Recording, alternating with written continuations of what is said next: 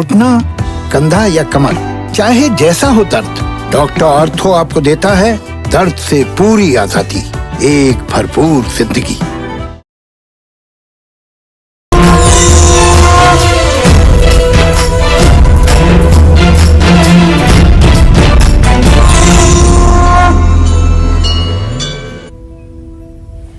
नमस्कार, आप देख रहे हैं काल चक्र। मैं हूं आपके साथ रोमिता तिवारी और मेरे साथ हैं प्रश्न कुंडली विशेषज्ञ पंडित सुरेश पांडे जी। पंडित जी, बहुत स्वागत है आपका कार्यक्रम। धन्यवाद।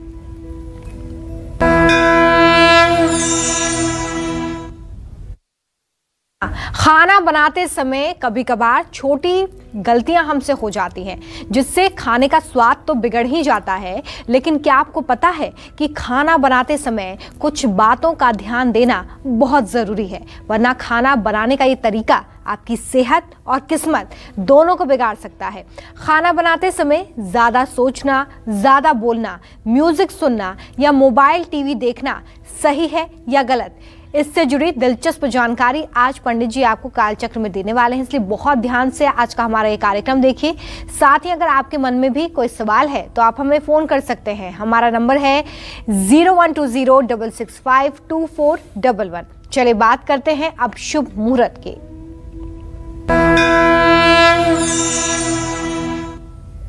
19 फरवरी 2021 दिन शुक्रवार। आज माघ शुक्ल पक्ष की सप्तमी तिथि है, सुबह 10:58 तक रहेगी। इसके बाद अष्टमी तिथि शुरू हो जाएगी। कृतिका नक्षत्र कल सुबह 5:58 तक रहेगा।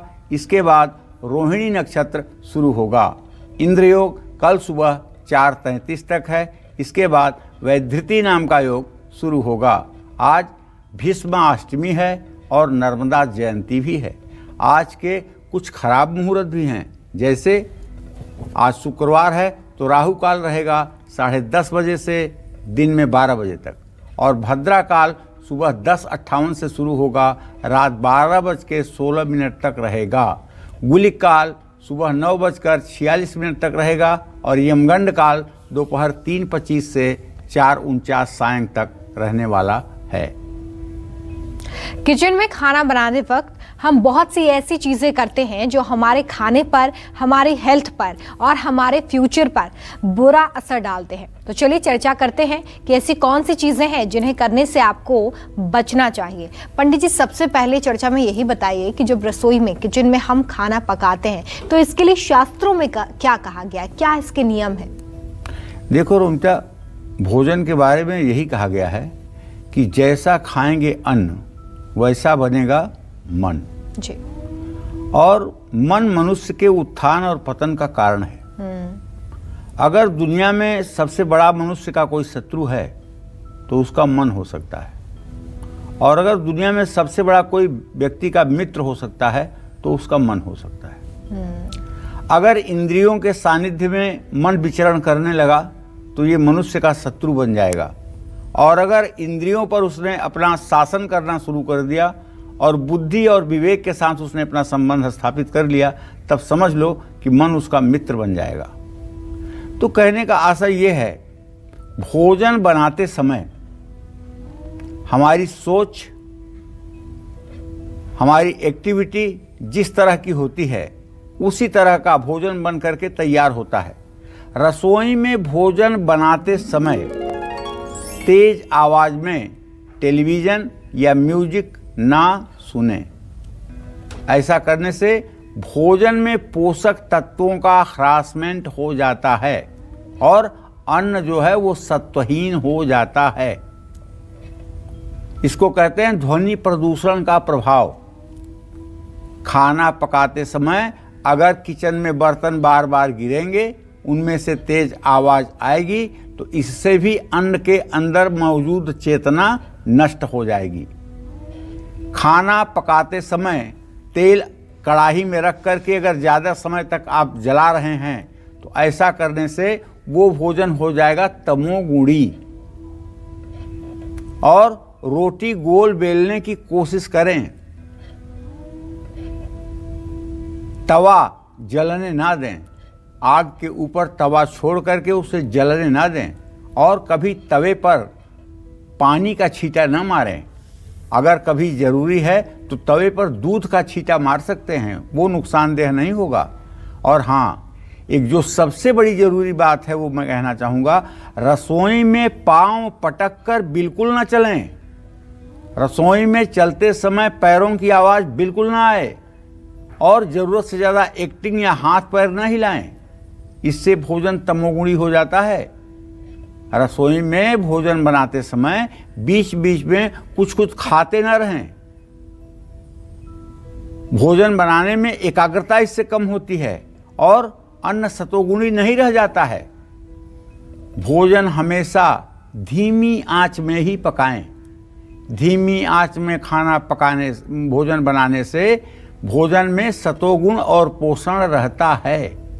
इसीलिए मैं कहता हूँ कि भोजन चाहे जो व्यक्ति बनाए, जब तक भोजन बनाए तब तक अपने मन में सीताराम सीताराम सीताराम सीताराम, बिना ओठ खुले ये सीताराम का अविरल प्रवाह आपके जिह्वा पर होना चाहिए। एक दिन आप सीताराम सीताराम कह करके घर वालों को भोजन करवा दीजिए और एक दिन वैसे ही आप भोजन करवा दीजिए। दोनों दिनों में आप कुछ बोलिए मत, देखिए घर वालों का रिस्पांस क्या आता है, घर वाले कैसा कमेंट आपको देते हैं कि किस दिन का भोजन अच्छा था और किस दिन का भोजन कम स्वादहीन था, ये आपको बताएंगे। तो इसलिए मैं सभी अपने दर्शकों से कहना चाहूँगा कि जब भी आप रसोई में हों तो पहली बात तो आपके मन में तनाव न हो, और दूसरी बात मन की एकाग्रता हो, और तीसरी बात हर समय सीताराम सीताराम, श्री राधे श्री राधे श्री राधे, ये आप बोल करके देख लें। मैं विश्वास के साथ कह सकता हूँ भोजन तो अच्छा बनेगा भी, आपका जीवन भी दिव्य हो जाएगा, इसमें कोई संशय नहीं है।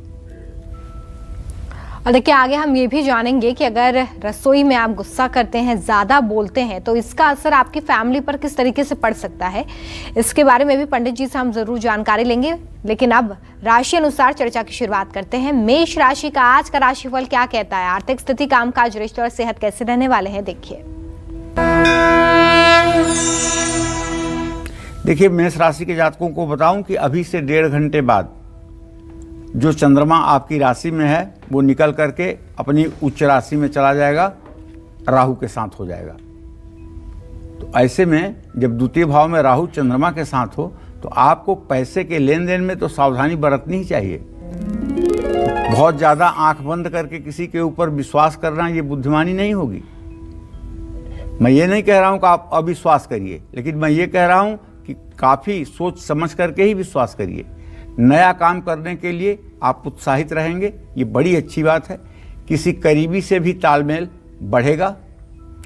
और जो ग्रहों की स्थिति है उसके आधार पर बताना चाहूँगा कि मंगल अभी भी आपके राशि में है, तो दोपहर के बाद सेहत का इसलिए ध्यान रखिएगा कि चंद्रदेव राहु के साथ जा रहे हैं, कहीं ये बेचैनी न पैदा करें। एकाग्रता में कमी आ सकती है, तनाव हो सकता है। वैसे कुछ बुरा तो नहीं होना चाहिए, लेकिन अगर यात्रा में जल्दबाजी की तो कुछ बुरा भी हो सकता है। सरसों का तेल दान करना चाहिए। शुभ अंक आपके लिए 6 होगा, शुभ रंग आपके लिए सफ़ेद होगा। जय मां विंध्यवासिनी। और किचन में खाना बनाते समय नेगेटिव सोचना, ज्यादा बोलना कैसे बुरा असर डालता है हेल्थ पर और किस्मत पर, ये जानने के लिए आप बने रहिए हमारे साथ। उससे पहले हम वृषभ राशि की बात करेंगे। आज आर्थिक स्थिति, कामकाज, रिश्ते और सेहत कैसे रहने वाले हैं, साथ ही आज का शुभ उपाय, शुभ अंक और शुभ रंग क्या है, देखिए। ये तो मैंने आपको बता ही दिया। कभी कुछ मिनटों के बाद चंद्रदेव वृषभ राशि में गोचर कर जाएंगे और चंद्रदेव का वृषभ राशि में 3 डिग्री तक उच्चांशक होता है और 3 डिग्री तक जब तक रहेंगे, आज लगभग रात 8-9 बजे तक, तब तक आपको चारों दिशाओं से धन लाभ कराएंगे और आप भी घर की साज सज्जा पर दिल खोल कर पैसा उड़ाएंगे। ये भी बात दिख रही है। ऐसे में कारोबार और नौकरी में आपके काम की तारीफ होगी। आपके काम की तारीफ निश्चित रूप से होगी, इसमें कोई दो राय नहीं है। और आपके काम के तारीफ के साथ साथ आपका मान सम्मान बढ़ेगा, सभी काम बनेंगे, माँ के साथ रिश्ते मधुर होंगे, नए दोस्त बनेंगे। मानसिक और शारीरिक स्वास्थ्य आज उत्तम रहेगा, लेकिन फिर भी खान पान का विशेष रूप से ध्यान दें। जल्दबाजी में कोई भी काम करना परेशानी बढ़ाएगा। असहाय लोगों की मदद करें। गुड़ खाकर घर से निकलें। शुभ अंक आपके लिए 5 होगा। शुभ रंग आपके लिए हरा होगा। जय मां विंध्यवासिनी।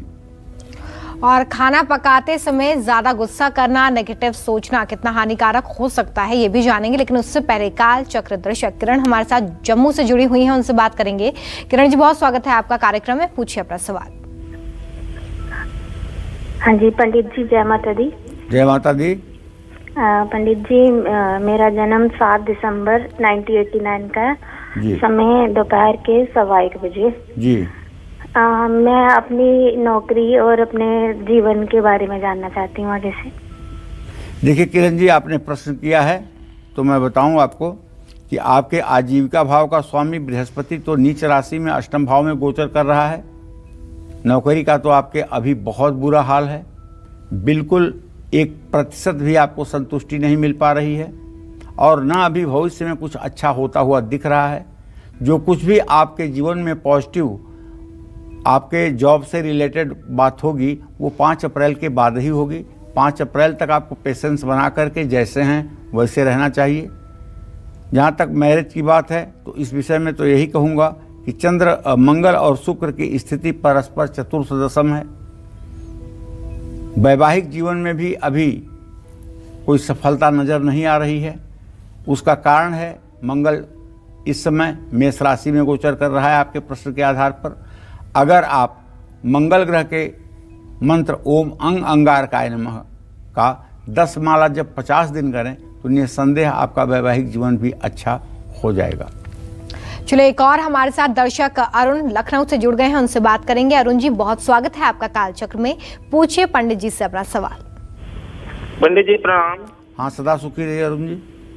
मैं अरुण तिवारी लखनऊ से बोल रहा हूँ। मेरी उम्र 61 वर्ष है। कितना? 61 वर्ष। जी जी, बताइए अरुण जी। मैं अपने छोटे भाई के बारे की आजीविका और स्वास्थ्य के बारे में जानना चाहता हूँ। उसकी डेट ऑफ बर्थ शायद 21 या 23 अप्रैल 81 है। जी जी। जन्म स्थान उन्नाव। तो आप दोनों भाइयों में 20 साल का अंतर है?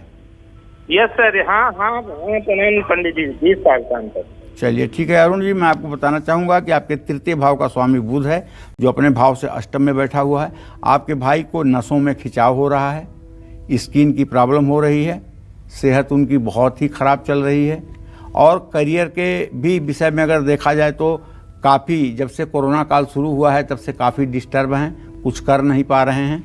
उनको ठीक करने के लिए आपको चाहिए कि 5 बुधवार गायों को हरा चारा खिलवाएं। 100 ग्राम कपूर 5 मंदिरों में आरती करने के लिए श्रद्धापूर्वक दान करें और हो सके तो गणेश चालीसा का नित्य पाठ करें। ये सारे उपाय उनकी सेहत को भी ठीक करेंगे, उनके प्रोफेशन को भी ठीक करेंगे। लेकिन अभी उनकी सेहत, उनका प्रोफेशन दोनों ही बहुत चिंतनीय स्थिति में पहुंचा हुआ है। हाँ, अगर कुछ और अच्छा कर सकते हैं तो उनसे आप कहिए कि रोज़ नहाने के बाद राम रक्षा स्तोत्र का पाठ करना शुरू कर दें। राम रक्षा स्तोत्र का पाठ करेंगे, हनुमान चालीसा का पाठ करेंगे तो निसंदेह स्वस्थ हो जाएंगे और अपनी आजीविका को भी ठीक ढंग से निर्वाह कर पाएंगे। चलिए आगे बढ़ाते हैं चर्चा को। खाना पकाते समय ज्यादा गुस्सा करना, नेगेटिव सोचना या ज्यादा बोलना आपके और आपकी फैमिली के लिए कितना खतरनाक साबित हो सकता है, आइए जानते हैं पंडित जी से। पंडित जी, आपने बताया कि कौन से ऐसे काम होते हैं जो हमें किचन में नहीं करने चाहिए और रसोई में किन बातों का ध्यान रखना है, लेकिन ऐसे में अगर हम रसोई में गुस्सा करते हैं या कुछ नेगेटिव सोचते हुए खाना बना रहे हैं तो इसका कैसा असर हम पर और हमारी फैमिली पर पड़ता है, क्योंकि वो खाना हम भी खाएंगे और हमारी फैमिली भी। देखो, ऐसा है कि केवल खाना बनाते समय ही नहीं बल्कि जीवन के हर मोड़ पर, जीवन के हर श्वास पर आपको क्रोध करने से बचना चाहिए। अगर आप क्रोध करते हैं तो आप मान लीजिए आप जिंदा नहीं हैं। झुकेगा वही जिसमें कुछ जान होगी, अकड़ खास मुर्दों की पहचान होगी। जो लोग बहुत जल्दी टिर्र करते हैं और गुस्सा करते हैं, ना तो उनकी समझ ऊंची है और ना ही उनके शरीर में कोई दम है। कमजोरी जो है वही उबाल खाती है। ये गुस्सा करने वाले लोग दया के पात्र हैं। ये क्रोध करने वाले लोग दया के पात्र हैं, क्योंकि अपना तो ये अहित करते ही हैं, समाज का भी अहित करते हैं। तो भाई भोजन बनाते समय पहली बात तो अनावश्यक बातें नहीं बोलनी चाहिए। हाँ, आप कोई गाना गुनगुना सकते हैं, चाहे वो धार्मिक हो, चाहे फिल्मी हो, चाहे भजन हो। धीरे धीरे मंद स्वर में आप गाना गुनगुना सकते हैं भोजन बनाते समय। ये भी हमारे शास्त्रों में कहा गया है कि कुछ इस तरह के संगीत और चीज़ों को पॉजिटिविटी में अगर बोला जाए तो उससे भी भोजन अच्छा बनता है। खाना बनाते समय व्यर्थ बोलने से तैयार हुआ भोजन तमोगुणी हो जाता है। तमोगुणी क्या होता है?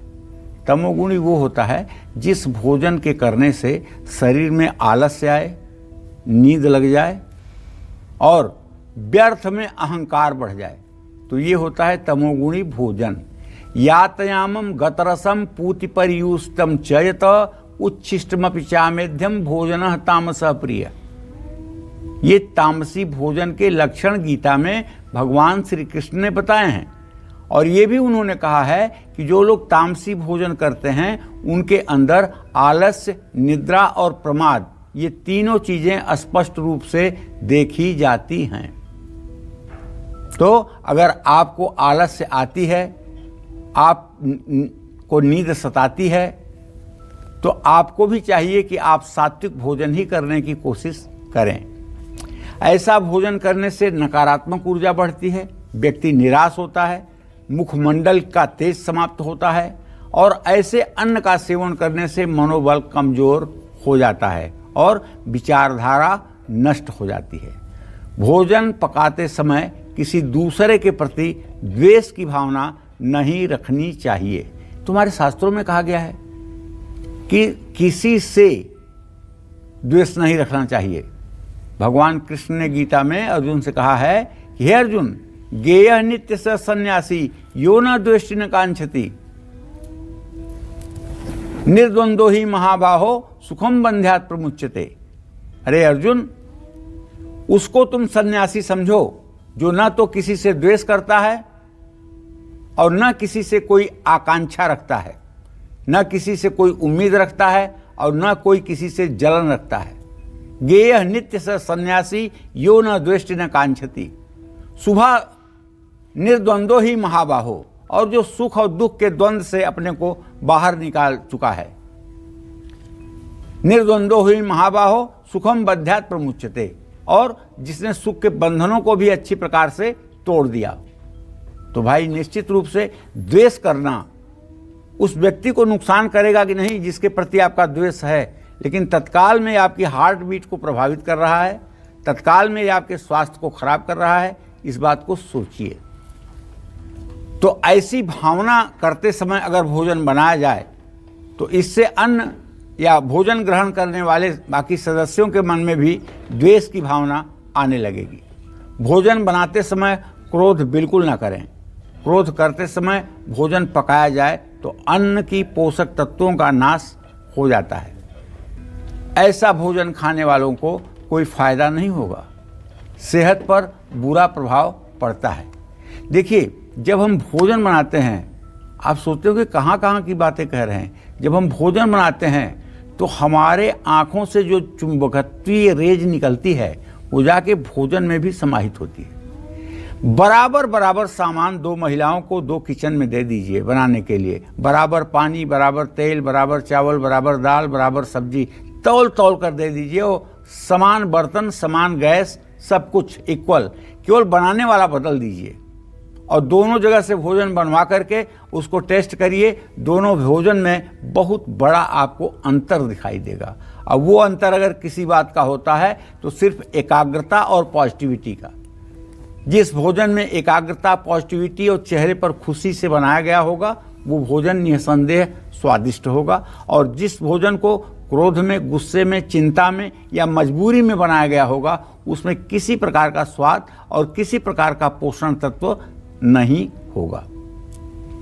चलिए, तो खाना बनाते समय और किन बातों का आपको ध्यान रखना है इसके बारे में भी हम जानेंगे, लेकिन अब बात कर लेते हैं मिथुन राशि की। आज का पूरा दिन कैसा बीतेगा, देखिए। देखिए, मिथुन राशि के जातकों को बताना चाहूंगा कि अभी भी आपका राशि स्वामी बुध मकर राशि में अपने राशि से मृत्यु स्थान में गोचर कर रहा है और धन भाव का स्वामी आपके चंद्रमा व्यय भाव में अभी 1.5 घंटे बाद पहुंच जाएगा। तो ऐसे में पैसे ज़्यादा खर्च होने की पूरी संभावना बनी हुई है और धनहानि भी हो सकती है। ऐसे में यदि यात्रा कर रहे हैं तो अपने सामानों के प्रति आप सतर्क रहें और कार्य क्षेत्र में किसी आवश्यक चर्चा का आप हिस्सा बन सकते हैं जो आपके भविष्य के लिए अच्छा होगा। दोस्तों से मुलाकात भी होगी, उनके साथ घूमने भी जा सकते हैं। आज काम का बोझ बढ़ने से स्वास्थ्य में गिरावट आएगी और संकोच में काम करते रहने पर तबीयत खराब होगी। बड़ों का आशीर्वाद लिए बिना कोई भी काम ना करें, इत्र दान करें, किसी का जूठा बिल्कुल ना खाएं। शुभ अंक आपके लिए 2 होगा, शुभ रंग आपके लिए बादामी होगा। जय मां विंध्यवासिनी। और आइए अब बात कर लेते हैं कर्क राशि की, कैसा बीतेगा पूरा दिन देखिए। तो कर्क राशि के जातकों का तो अब बहुत अच्छा होने वाला है, क्योंकि चंद्रदेव कुछ ही मिनटों में अब अपनी उच्च राशि में प्रवेश कर रहे हैं, उच्चांशक में प्रवेश कर रहे हैं और आपके राशि स्वामी हैं, तो आपकी राशि तो अपने आप बम बम हो जाएगी। आज मनोरंजन के कारण धन खर्च होगा, कोई बात नहीं। गाड़ी खरीदने का भी योग बना हुआ है। निर्धारित कार्य पूरा करने के लिए भी थोड़ा मेहनत करनी पड़ेगी और वैवाहिक जीवन आपका सुखी रहेगा। अगर आप अविवाहित हैं तो आपके लिए अच्छी खबर यह है कि कोई अच्छा रिश्ता आ सकता है। स्वास्थ्य पर, मानसिक स्वास्थ्य पर बुरा असर कुछ समय के लिए जरूर देखा जाएगा, लेकिन क्रोध पर नियंत्रण रखें और अनैतिक कार्यों से बचें। आज आपको चीनी कांसे के कटोरे में भरकर किसी धर्मस्थान में दान करना चाहिए। शुभ अंक आपके लिए 1 होगा, शुभ रंग आपके लिए नारंगी होगा। जय मां विंध्यवासिनी। आज का टॉपिक बहुत ही खास और दिलचस्प है, क्योंकि खाना पकाते समय हम कुछ बातों का ध्यान बिल्कुल नहीं रखते हैं। इससे नेगेटिव इम्पैक्ट हम पर और हमारे परिवार पर पड़ता है। ऐसे में आज पंडित जी आपको खाना पकाने के नियम बता रहे हैं, जिसका उल्लेख शास्त्रों में है। अपनी चर्चा को आगे बढ़ाते हैं और अब बात करते हैं उन लोगों की जो किचन को हमेशा गंदा रखते हैं, बिल्कुल साफ सफाई नहीं करते हैं, साथ ही बिना नहाए और गंदे कपड़े पहनकर किचन में खाना बनाते हैं। ऐसे लोगों की लाइफ में कौन कौन सी परेशानियां आती हैं, आइए जानते हैं। पंडित जी, अक्सर मैंने ये सुना है कि सुबह जो घर की महिलाएं होती हैं वो नहा कर ही किचन में खाना बनाने के लिए जाएं, लेकिन शास्त्रों में इसको लेकर क्या कहा गया, इससे क्या फर्क पड़ता है, इसके बारे में हमें बताइए। शास्त्रों में बहुत जबरदस्त तरीके से कहा गया है कि रसोई जो है अन्नपूर्णा माँ का मंदिर है। अन्नपूर्णे सदा पूर्णे शंकर प्राण बल्लभे ज्ञान विज्ञान में दे भिक्षाम देहि च पार्वती। पूरा रसोई घर आपका माँ अन्नपूर्णा का मंदिर है। और आप अगर किसी मंदिर में जा रहे हैं और बिना नहाए और बिना स्वच्छ वस्त्र पहने जा रहे हैं तो सोचिए। तो इसलिए रसोई को शुद्ध और स्वच्छ रखें।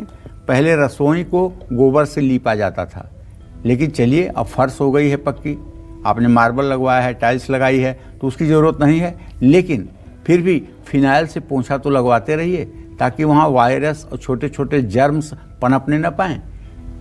और रसोई के कोने कोने में सफाई रखिए। रसोई में जल छिड़के धूप दीप दिखाएं। जितना रसोई को शुद्ध करना जरूरी है, उतना ही भोजन बनाने से पहले खुद के शरीर को शुद्ध करना भी बहुत जरूरी है। स्नान करने के बाद ही रसोई में प्रवेश करना चाहिए।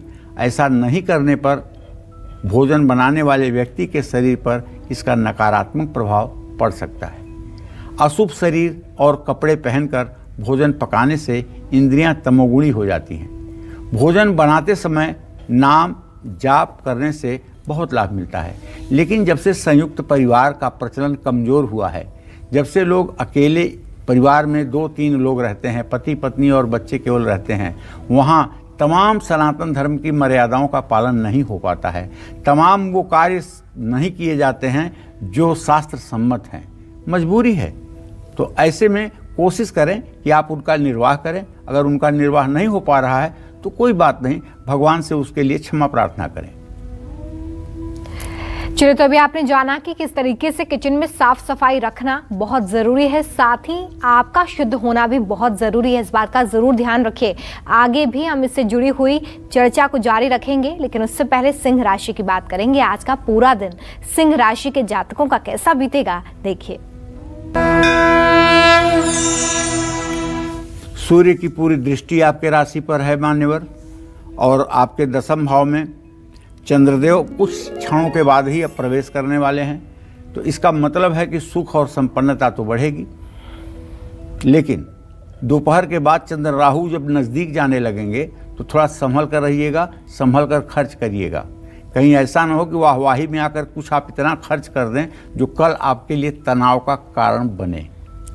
आज आप कुछ महत्वपूर्ण फैसले ले सकते हैं। परिवार में सुख शांति का माहौल रहेगा, लेकिन आप अपने गुस्से पर पूर्ण रूपेण नियंत्रण रखें।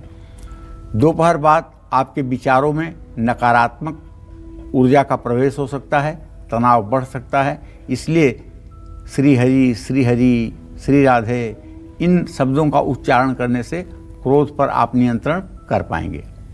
क्रोध करना और वाणी का संयम खोना दोनों आपके लिए नुकसानदेह होगा।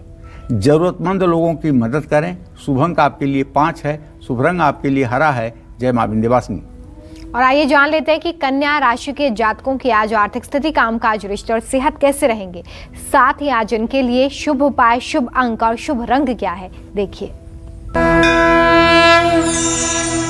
देखिए, मैं तो एक ही बात कहूँगा कन्या राशि वालों के लिए कि आपके धन भाव का स्वामी है शुक्र और आपके आमदनी का स्वामी है सूर्य। सूर्य शुक्र की द्वितीय द्वादश स्थिति इस बात का संकेत करती है कि अगर आप शेयर और सट्टे में पैसा लगाएंगे तो विश्वास करिए आप बर्बाद हो जाएंगे। अगर आप सट्टे में पैसा लगाते हैं तो आप मेरा ये आग्रह मानिए, इस अपनी आदत से आप बाज आइए और इस काम को छोड़ दीजिए, क्योंकि ये काम कहीं ना कहीं से कन्या राशि के जातकों को भीख मंगा देता है। इसलिए यदि आपकी कन्या राशि है तो भूल करके भी आपको कभी 10 रुपए का भी सट्टा या किसी से हारी बाजी नहीं लगाना चाहिए। और अगर शेयर की जानकारी है तो शेयर का काम कर सकते हैं। अगर जानकारी नहीं है तो धनहानि हो सकती है। आज आपको अपने गुस्से के कारण बनते हुए काम भी बिगड़ते दिखाई देंगे। अगर आप कन्या राशि के जातक हैं तो आपके पढ़ाई में जो एकाग्रता होनी चाहिए उसमें भी कमी दिखाई देगी। रिश्तों में सूझबूझ अगर आप दिखाएंगे तो शांति रहेगी। चिंता और तनाव बढ़ने से सेहत पर भी बैड इफेक्ट पड़ेगा, पेट खराब हो सकता है। हाँ, यात्रा से नुकसान हो सकता है। बुजुर्गों की सेवा करनी चाहिए। शुभ अंक आपके लिए 6 है, शुभ रंग आपके लिए गुलाबी है। जय मां विंध्यवासिनी। और आइए अब जानते हैं कि किचन में रखी कौन सी चीजें आपको नुकसान पहुंचा सकती हैं, किन चीजों को हमें किचन में बिल्कुल नहीं रखना चाहिए। साथ ही ऐसी कौन सी चीजें हैं जिन्हें एक साथ रखना ठीक नहीं है। पंडित जी, इसके बारे में बताइए कि किचन में जब हम सामान रखें तो किन सामानों को रखने से हमें बचना चाहिए, और ऐसे कौन से सामान हैं जिन्हें एक साथ हमें बिल्कुल नहीं रखना है। जी देखिए, मैं अपने सभी दर्शकों को ये बताना चाहता हूँ कि देखिए, किचन को फिर से जान लीजिए कि किचन क्या है। किचन है अन्नपूर्णा माता का मंदिर, और किचन में, रसोई में भोजन बनाने वाली कौन है? साक्षात माँ अन्नपूर्णा। दोनों का स्वागत होना चाहिए, दोनों का सम्मान होना चाहिए, रसोई का भी और रसोई में उपस्थित उस महिला का। रसोई में कबाड़ बिल्कुल ना रखें। अनावश्यक बर्तनों को भी संभाल कर ना रखें। जिन बर्तनों को अब उपयोग नहीं करना है उनको तत्काल निकालिए। और अमावस्या के दिन वातावरण में रज तम कणों की प्रबलता रहती है। ऐसे में अमावस्या के दिन खाने वाले तेल खरीद कर घर में न लाएं। इस दिन तली हुई चीज़ें या तैलीय पदार्थ भी घर से बाहर लेकर के ना जाएं। वैसे मेरा तो सुझाव एक चीज़ का है सब अपने दर्शकों के लिए कि आप कहीं किसी जगह की यात्रा कर रहे हों तो घर से तेल लेकर के यात्रा ना करें। एक मुहावरा है कि आप तेल लेने गए, इसका मतलब बहुत खराब होता है। और अगर आप सचमुच में तेल लेकर के जा रहे हैं तो ये आपका अशुभ संकेत है। अगर घर से निकलते ही आपको अपने ड्राइवर से कहना है कि पेट्रोल ले लो या डीजल ले लो या तेल ले लो, ये शब्द मत बोलिए। तेल ले लो मत बोलिए। ड्राइवर को पहले से ट्रेन रखिए। अगर तेल लेना है तो उससे कह दीजिए चलो भाई वाहन के लिए भी राशन की व्यवस्था कर देते हैं, या चलो पेट्रोल टंक पे चलते हैं। इस तरह की बात बोलना चाहिए। तेल ले लो ये नहीं कहना चाहिए। रसोई में अन्न को हमेशा ढक कर रखना चाहिए।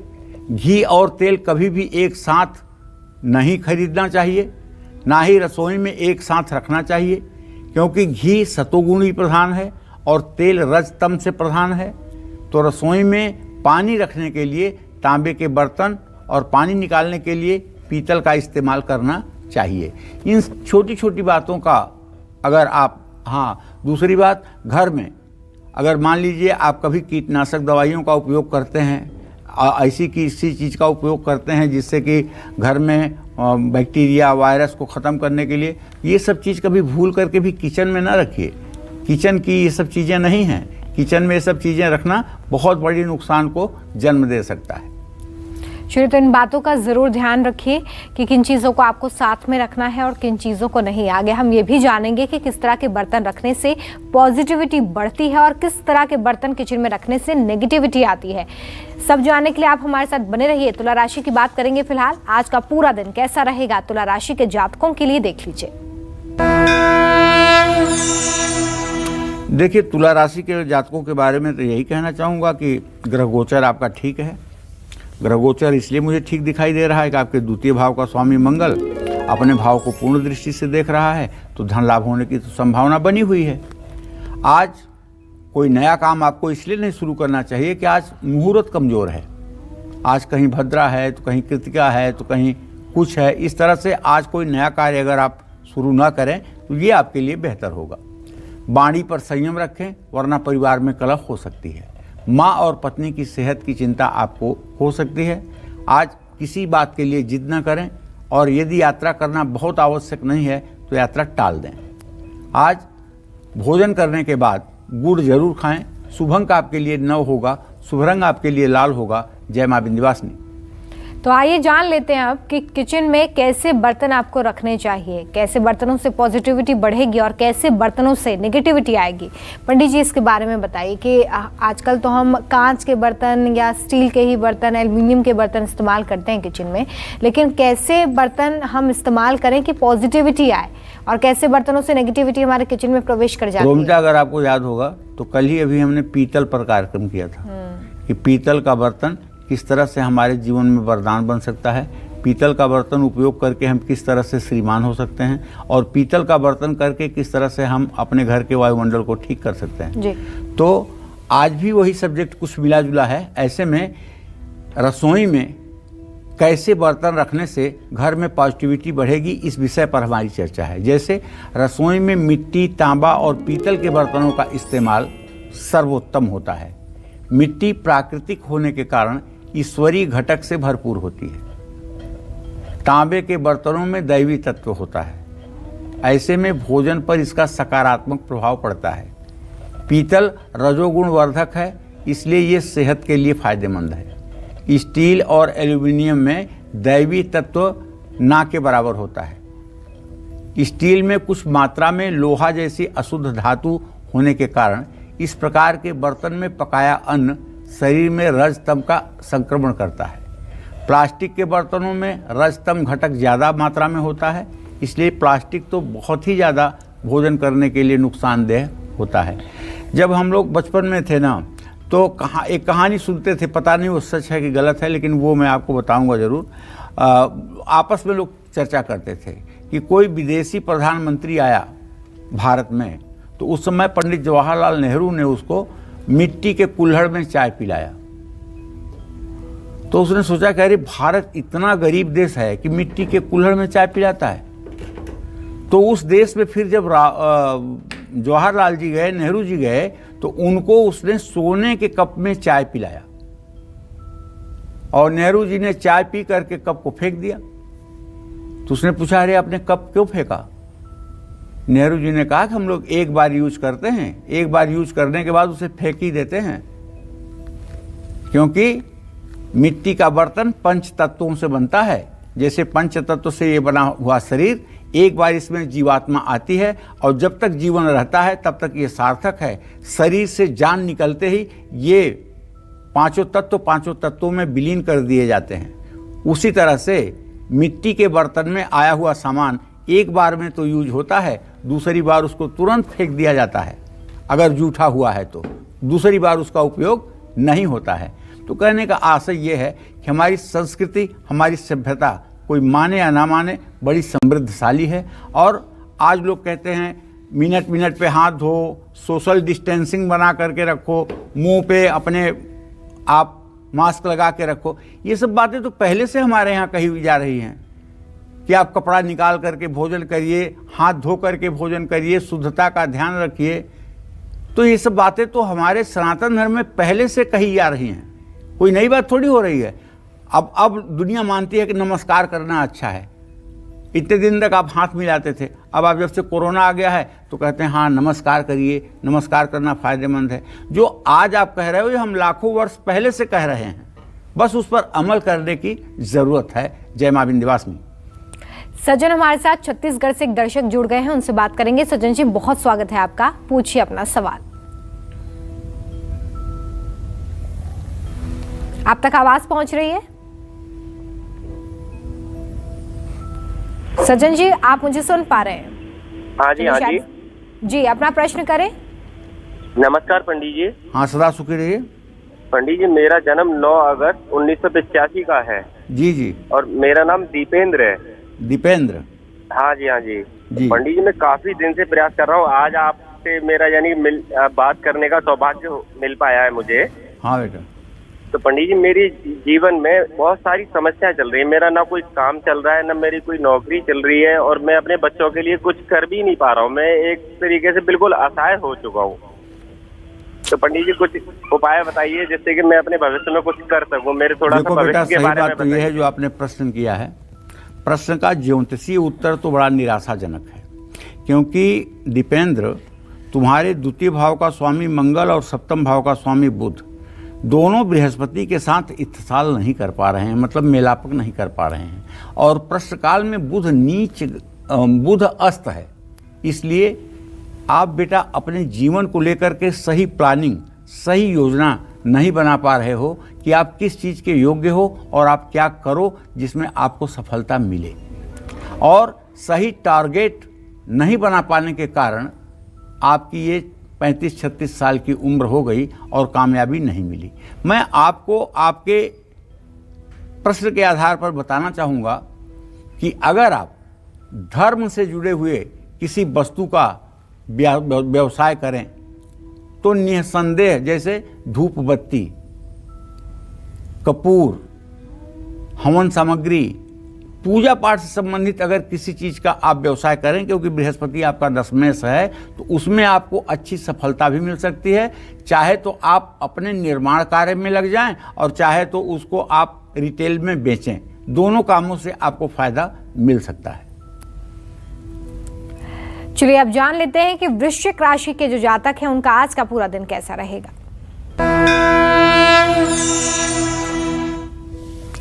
वृश्चिक राशि के जातकों को बताना चाहूंगा कि आपके राशि में केतु की स्थिति भले ही है, लेकिन मंगल की पूरी दृष्टि आपके राशि का जय जयकार कर रही है। अगर आज कहीं पैसा लगाना चाहते हो ना, तो बिना सोचे समझे लगाइए, नुकसान कदापि नहीं होगा।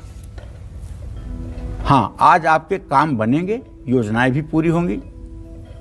दोपहर के बाद दोस्तों के साथ कहीं मौज मस्ती में घूमने भी जा सकते हैं। स्वास्थ्य आपका ठीक रहेगा, लेकिन फिर भी खान पान का खास ध्यान रखें। जल्दबाजी में कोई फैसला ना करें। सुबह शाम अगर हो सके तो घर में कपूर से आरती की जाए। शुभ अंक आपके लिए 3 होगा, शुभ रंग आपके लिए पीला होगा। जय मां विंध्यवासिनी। चलिए बात करते हैं धनु राशि की। देखिए, धनु राशि के जातकों को फिर कह रहा हूं कि अभी आपका ट्रांजिट बहुत अच्छा नहीं है, अभी आपका गोचर बहुत अच्छा नहीं है, लेकिन फिर भी जो द्वितीय भाव का स्वामी शनि द्वितीय भाव में है वो धन लाभ तो आपको करा देगा, लेकिन मेहनत के मुताबिक आपको सफलता नहीं मिलेगी। जिस तरह से आप मेहनत कर रहे हैं उसके हिसाब से आपको सफलता नहीं मिलेगी। और परिवार में किसी तरह की गलतफहमी पैदा ना होने दें।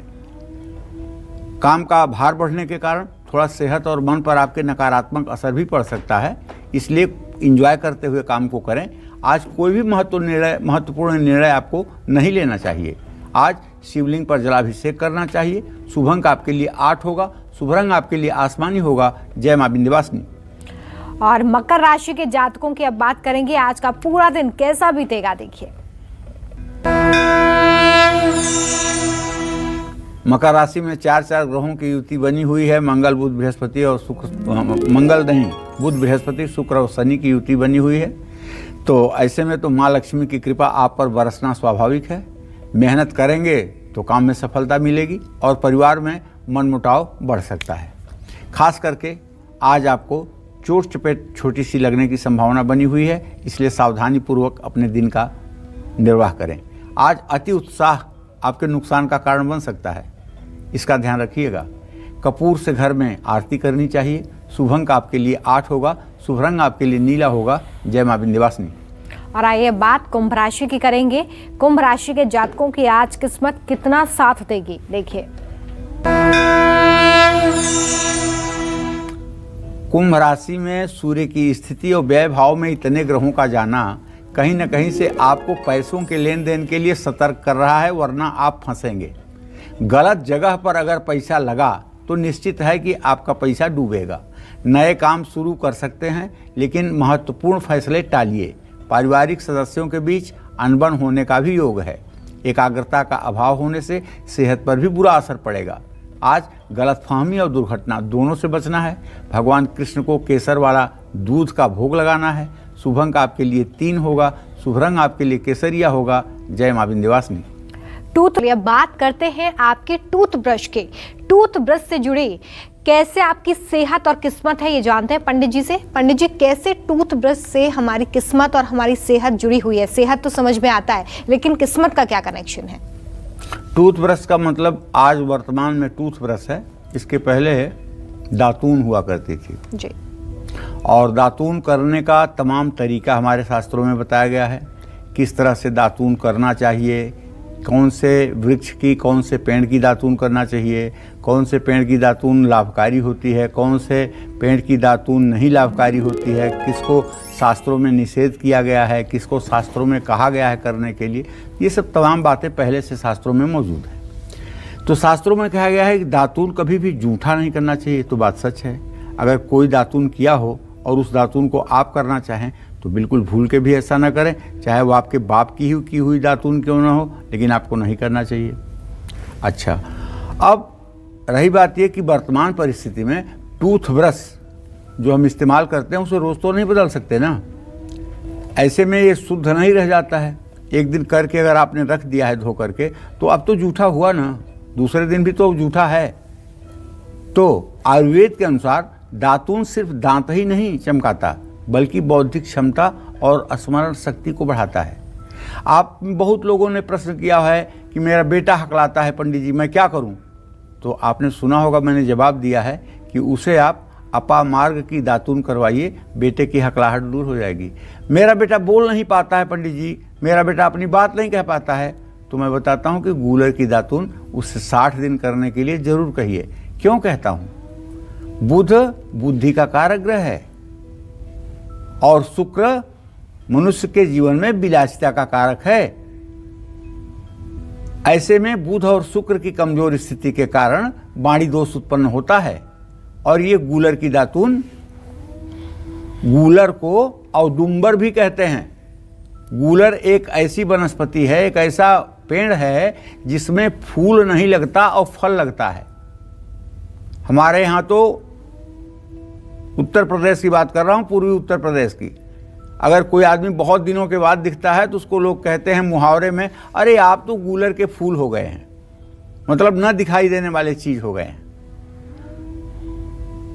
और किंवदंती ये भी है, गांव में दादा दादी से हम लोगों ने सुना है कि रात में गूलर फूलती है, लेकिन 12 बजे रात एक थाली की तरह फूल उसके सर पे होता है और उसी से सब कुछ होता है। लेकिन ये महज कल्पना है, इसमें कुछ सच्चाई मुझे नहीं लगती है। जो लोग अपनी याददाश्त बढ़ाना चाहते हैं वो हर रोज, फिर कह रहा हूं, अपामार्ग जिसको चिचिड़ा कहते हैं, उससे दातून करें। इससे बुध ग्रह का दोष दूर होगा और पायरिया जल्दी से जल्दी ठीक होगा। मुंह से अगर दुर्गंध आती है तो उसमें भी राहत आपको मिलेगी। अब दूसरी बात किसकी? बबूल के दातून की। बबूल के दातून करने से शनि ग्रह आपके लिए शुभकारी हो जाएगा। और नीम की दातून सिर्फ दांतों को रोग मुक्त नहीं करता है, बल्कि आपके पाचन तंत्र को भी मजबूत करता है और आपके पेट में जो छोटी छोटी सफ़ेद कीड़ियाँ होती हैं उनको भी मारने में ये नीम की दातून सहायक है।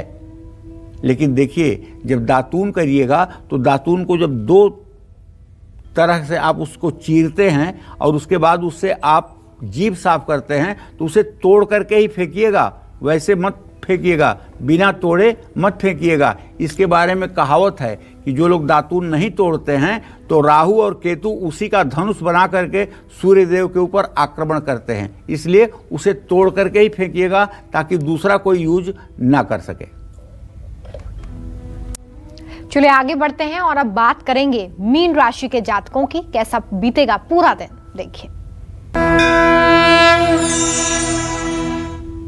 देखिए ग्रह गोचर की स्थिति की अगर बात करें तो हम ये कह सकते हैं बड़े विश्वास के साथ कि माँ लक्ष्मी की अपार कृपा आप पर बरसेगी। आप महालक्ष्मी की कृपा से सराबोर रहेंगे।